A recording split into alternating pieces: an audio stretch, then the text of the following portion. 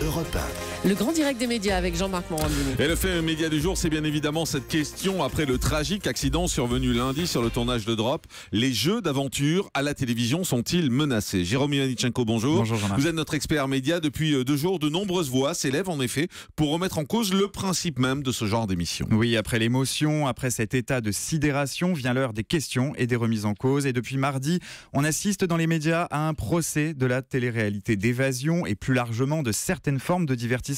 Un procès intenté par des personnalités très diverses. Cela va de l'écrivain Yann Moix à l'ancien nageur Amaury Levaux, en passant par le chanteur Benjamin Biolay. Et en substance, la télévision serait la seule et unique responsable de ce tragique accident qui a coûté la vie, rappelons-le, à 10 personnes. Un point de vue qui agace Denis Brognard, l'animateur de Koh-Lanta sur TF1. Mardi soir, il était l'invité du Grand Journal de Canal+.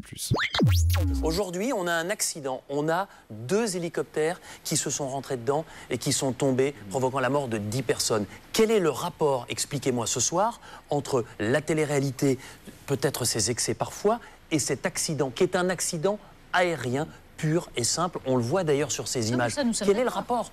Je tiens quand même à vous dire que jamais dans l'histoire de la télévision, dans le monde entier, il n'y avait eu un accident comme celui-ci. C'est rarissime.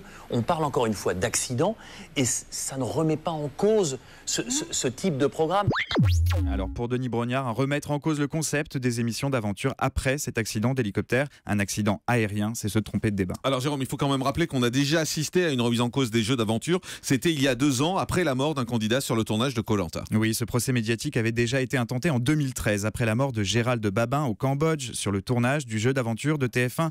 On le constate en se replongeant dans les propos énoncés quelques jours après le décès du candidat, survenu lors de la première épreuve du jeu. Certains observateurs jouaient alors les oracles et annonçaient la fin pure et simple de Koh-Lanta, une émission qui arrivait alors en fin de cycle et dont les téléspectateurs s'étaient lassés. Pour beaucoup, la mort de Gérald Babin, suivie quelques jours après par celle du médecin de l'émission, Thierry Costa, était un coup de grâce pour le programme. La suite nous a prouvé le contraire. Bien sûr, le tournage avait été immédiatement suspendu et la saison avait été annulée. Mais après une suspension de plus d'1 an, Koh-Lanta est revenu. Une édition sous haute surveillance médicale avec d'anciens participants plus expérimentés a été mise à l'antenne en septembre dernier, après ce qui semblait être un délai de décence indispensable. Voilà, et puis il faut rappeler ce matin que d'autres programmes d'aventure sont actuellement en préparation sur d'autres chaînes. Oui, et certains sont même prêts à être diffusés. C'est justement le cas de la nouvelle saison de Koh-Lanta, cette fois dans une forme classique avec des candidats anonymes.